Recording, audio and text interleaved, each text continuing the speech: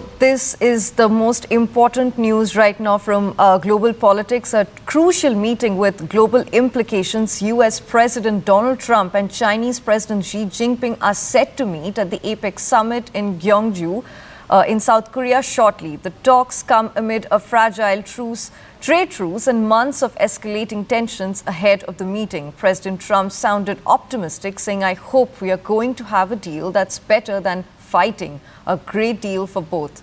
The agenda includes trade tariffs, fentanyl controls, TikTok's US operations, and China's export curbs on rare earth minerals. The meeting, their first since 2019, is scheduled to begin at 7:30 a.m. IST.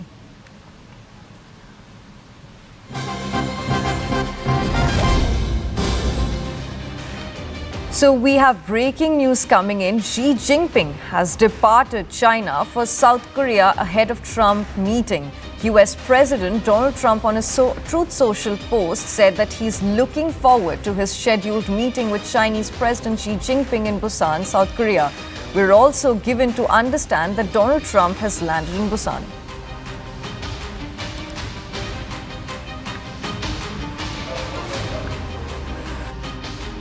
Of global consequences, US President Donald Trump is set to meet Chinese President Xi Jinping in Korea at 7:30 a.m. IST. Trump has softened his tone this time, saying he hopes for a great deal benefiting both nations.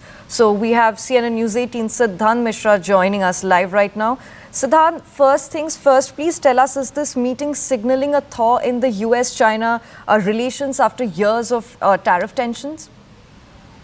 Well, this meeting is very, very significant. In fact, it's not only significant for United States and China, but, in fact, Europe and countries in Asia perhaps will be watching the development very, very closely.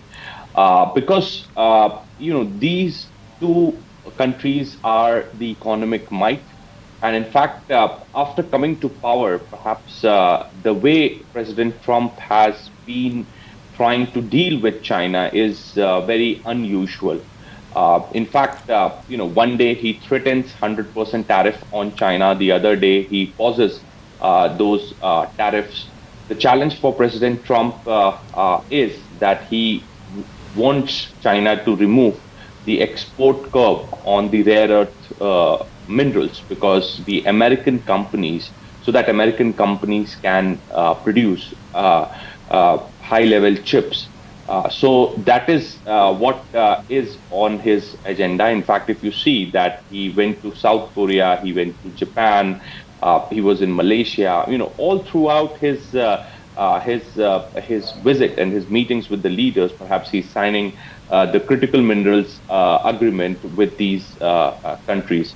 So what's on his mind is critical mineral, because he wants to send this message to his people, the Americans, that he's doing something. Undoubtedly, China has become the market leader when it comes to critical mineral. More than 90% of world's critical mineral gets processed and refined by Chinese companies.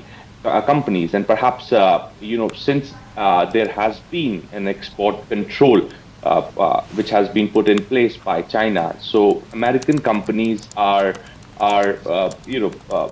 not getting the continued supply of critical minerals. So that's definitely going to be on the agenda. Now, what's going to be the bargaining chip? Now, the bargaining chip could be the high-level NVIDIA chips, which President Trump could offer to China in exchange for the critical minerals supply. So that is perhaps going to be the top agenda for President Trump. Other than this, the supply of soybean to China. China has been the 90% importer of soybean from United States. But ahead of this meeting, China reduced the imports. Perhaps those constituencies, which produce soybean, are the out-and-out Republican constituencies. So President Trump will definitely want China to buy more agriculture products, including soybean, from the United States. Now, Taiwan will definitely be coming up for the discussion. Perhaps many are saying that this time around President Xi is going to make China's position very, very clear, with regards to Taiwan, that the reunification of Taiwan is inevitable. So that is something which President Trump will be told by President Xi. And in fact, other than this, the trade is the most important, agenda for both the countries, because from the very beginning, the percentage of tariff which President Trump imposes on China, perhaps China imposes the same percentage of tariff on the United States. They have met several times in Madrid. In fact, there have been announcements made by President Trump that I'll be going after China, will impose tariff, etc., etc. But he couldn't do that. In fact, ahead of this meeting, there was a meeting which took place on the sidelines of the ASEAN summit in Kuala Lumpur, where the Chinese and the American leadership, Scott Bessent, met his Chinese counterpart, perhaps to work on some kind of a framework ahead of the leaders meet. So it would really be interesting to see that whether both countries are going to announce some kind of a framework for the trade deal, etc., etc. All we have right now is a social media post from President Trump, and in fact, he writes in the social media post that the G2 will be convening shortly. So now he is referring this particular meeting as G2. So which means that he is acknowledging that China is the second military and economic might after the United States. So a big endorsement and acknowledgement coming from President Trump for Chinese leadership. But that is how President Trump has been pleasing the world leaders, whether it's President Putin, President Xi, Prime Minister Modi. That is his way of writing things and saying things ahead of the meeting. So definitely he is positive, but also the point is that if you ask me, then it's going to be one of the most important meetings of President Trump in last 10 months, because so far he met President Putin. That was also very important, very unusual. But this meeting perhaps is being watched very, very closely by in fact all the countries, because a lot is riding on today's meeting. Well, Siddhant, hold that thought. We have Ashok Sajjanar. He's a former Indian diplomat who served as the ambassador to Latvia, Sweden, and a lot of other countries, and a foreign policy analyst, joining us live right now on CNN News 18. Welcome to the show, Mr. Sajjanar. Thank you for joining us. Very good morning to you. So my first question to you is, how do you think this will impact allies, and allies like Japan, or most importantly India, are viewing this potential meeting between Trump and Xi Jinping? Thank you very much for having me. Yes, the eyes of the whole world, in fact, have been riveted on this meeting. It's supposed to take place on Thursday. That's what President Trump has been mentioning. There have been not too many commentaries coming out of China, but Mr. Trump has been, if I can use that expression, quite desperate to get a economic deal with China, because he thought that he could use the instrumentality of tariff on China to pressurize, to coerce it in terms of importing more commodities and more items from the United States. That doesn't seem to have worked. It worked in his first term when he was able to get a very good deal out of China. That could not be implemented because of COVID. But right now, China has very many weapons in its own armor, particularly the rare earth minerals, the critical minerals, and it has imposed export restrictions on many of those, not only for the United States, but for the whole world.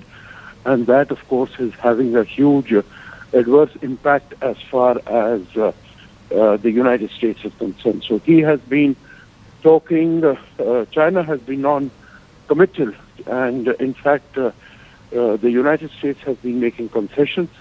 China has been pocketing all those concessions, and let us see what happens. The two sides negotiators met in Kuala Lumpur, and Scott Bessent seems to have made this statement that both the sides have come to some sort of an agreement, and that is being put up to the leadership of the two countries. So we'll really have to wait and see. But the fact that Trump has tweeted that the G2 are going to meet, that is a very ominous sign, I would say, because it appears that he is willing to enter into an agreement with China over the heads of its allies. You mentioned about Japan, South Korea, and of course, even as far as India is concerned, because Japan, India, Australia, United States are members of Quad. Quad summit is to take place. It's not very likely it's going to take place this year. So we'll really have to wait and look at the fine print of any agreement that comes out. But I have I'll not say a sinking feeling, but I have, some premonition that possibly Mr. Trump is going to give in much more than he'll be able to get, exactly what he did in Alaska when he met Putin some months ago. Right. Ambassador, it is very important to understand right now, could Trump's softer tone mark a new phase in his Asia policy? Well, let me put it this way, that he was, flexing his muscles when he came in right at the beginning as far as China is concerned. You would recall, your viewers and listeners would recall, he had said, I'm going to impose 145%, 245% tariffs on Chinese imports. But when China unleashed its own control over the rare earths and critical minerals, because China has 70% ownership and more than 90% processing of these critical minerals, and they are very used for high-tech industries, medicine, defense, semiconductors, etc. Then Trump was forced to withdraw, and then he's been having 30% tax on tariffs on China. He said he'll impose 100% more from 1st November, but that has also been deferred. That is not being implemented. So I think Trump finds himself on the back foot, and I think we will be able to see some sort of an agreement because, as I said, he appears to be desperate to get some sort of an economic trade deal with China. Right. Ambassador Ashok Sajjanar, thank you so much for joining us and for sharing all that information with us. Siddhant, back to you. So how might this summit, you think, affect U.S. relations with Taiwan and South China Sea issue?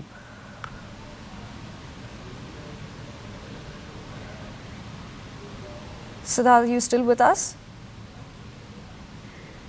As far as President Trump is concerned, in fact, from the very beginning, he has never, he has never spoken about his policies on Taiwan at a stretch. In fact, the other day also he said that that Taiwan is Taiwan.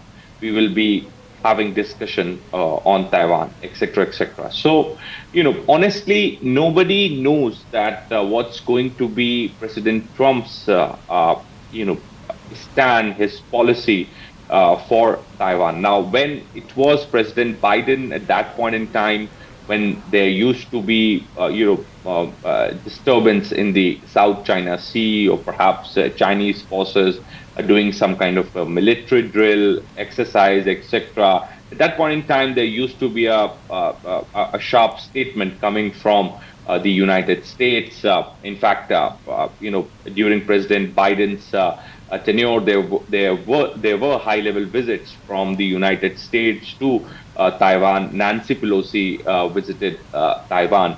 So at that time, there was a clarity when it comes to the issue of Taiwan. There was a support to Taiwan. But when it comes to President Trump, his personal policy. There is an existing U.S. government policy for Taiwan, but what's going to be, what are his views on Taiwan?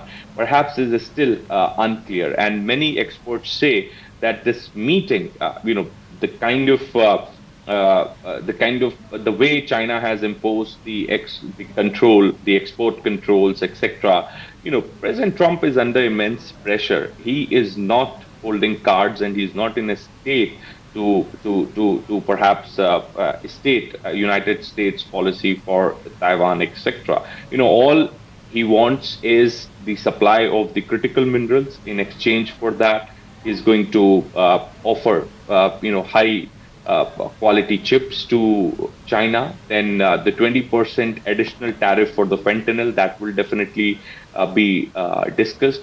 Trump wants China to buy more and more agriculture products, including soya beans. So these are going to be his priority area in today's meeting. So many experts are saying that there's a high possibility that President Xi could be conveying to President Trump about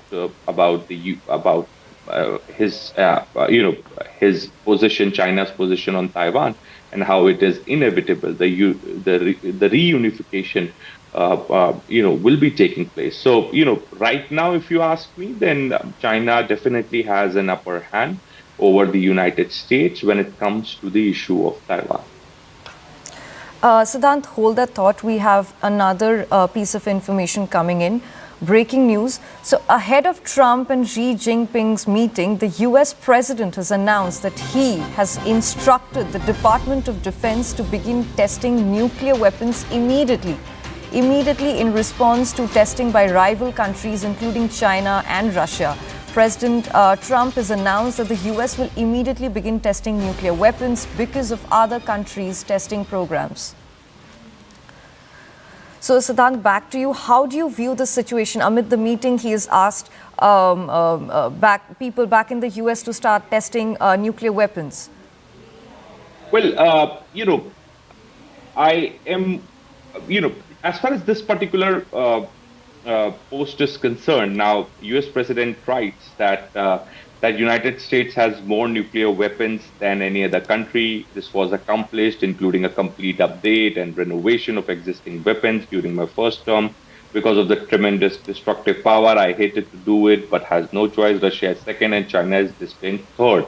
But even within 5 years, because of other countries' testing program, I have instructed the Department of War to start testing our nuclear weapons on an equal basis. That process will begin immediately. Thank you for your attention. So this could be in response to Russia test firing the nuclear warheads about a week back, and also this could also be to remind China that they may have become the military and economic might, but when it comes to nuclear warheads, they are still on number 3. It's United States which dominates this game. Right. So that talking particularly about Russia's Poseidon nuclear-powered autonomous torpedo, which they called was a huge success. What makes the Poseidon test strategically significant for Russia, do you think? And especially just before the meeting?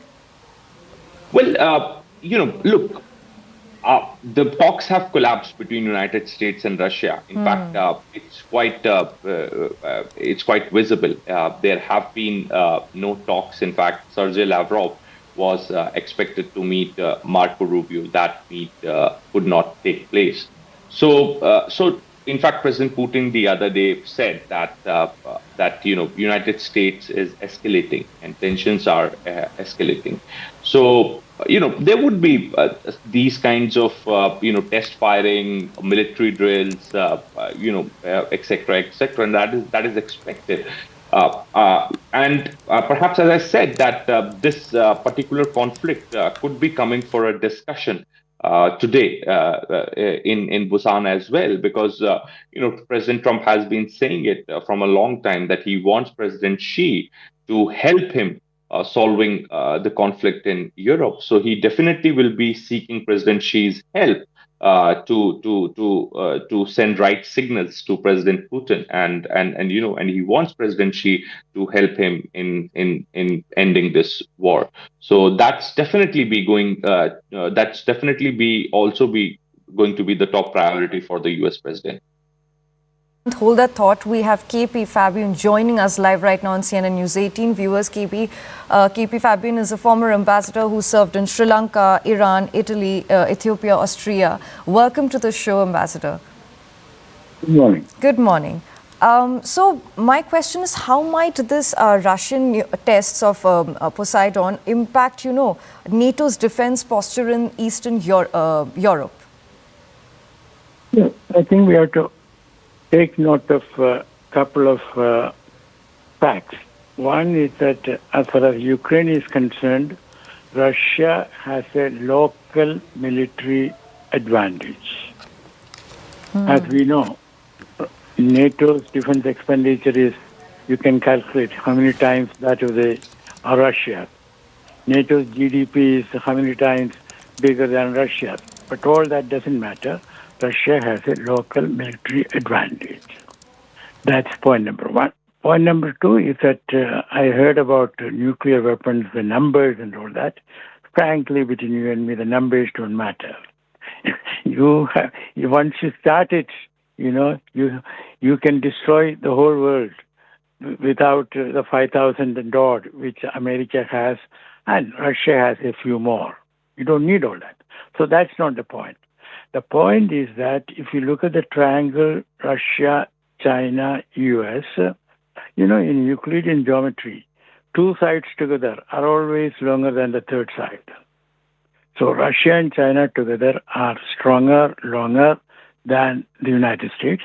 And the United States has been unwise in following a policy for the last so many years in bringing Russia and China together. So that is where.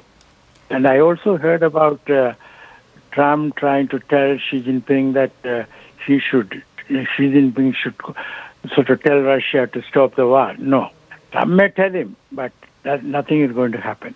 Xi Jinping will say that we are against the war, we are not giving any military help, and that is that.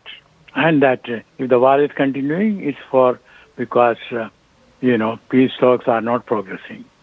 So I think we have to be realistic, but the most important thing about the Xi Jinping-Trump meeting is that Xi Jinping and Trump have equally good cards.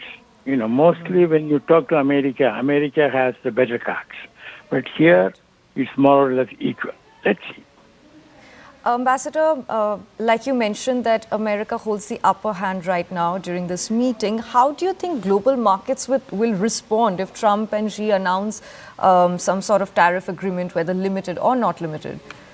It is most likely that they will come to a deal on trade matters because Trump is keen on it and Xi Jinping also is keen.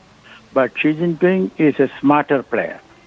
So the final result will be slightly to his advantage. But Trump is badly in need of, because, of the rare earths and other matters. Semiconductor export, yes. Yeah, semiconductor is the other way around. That is America to China. But rare earths is, from China to America. Okay? Yes, right. So, do you think could this uneasing of US-China tensions reshape Asia's trade architecture? Certainly, because let's look at the big picture. The Senate has already passed a resolution that Trump's raising tariffs against Brazil was wrong. And also, the president of Brazil and Trump met in Malaysia. So a thaw has already started. And he will settle with, Trump will settle with China trade-wise. And then the only unsettled matter is with India. And that is not to our advantage because that gives Trump an advantage. Okay, I've been reasonable and settled with everyone else. Now, why don't you settle with me on my terms? Ambassador, I think it's very important to understand what are the risks if this meeting fails or produces vague commitments like the Alaska summit happened. Red carpets were rolled and so much happened, but then nothing concrete came out of it. What if this also ends up being something like that? Let me put it this way. Both sides here are keen on a settlement. In Alaska, Trump was keen on having a settlement so that he can get the Nobel Peace Prize. Putin was agreeable, but he said that the root causes have to be discussed first. It's not a question of just agreeing to a ceasefire.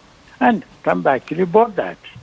You see, but then the Europeans started working, and they made sure that nothing concrete will come out of Alaska. But here, I don't think the Europeans or any other powers are involved.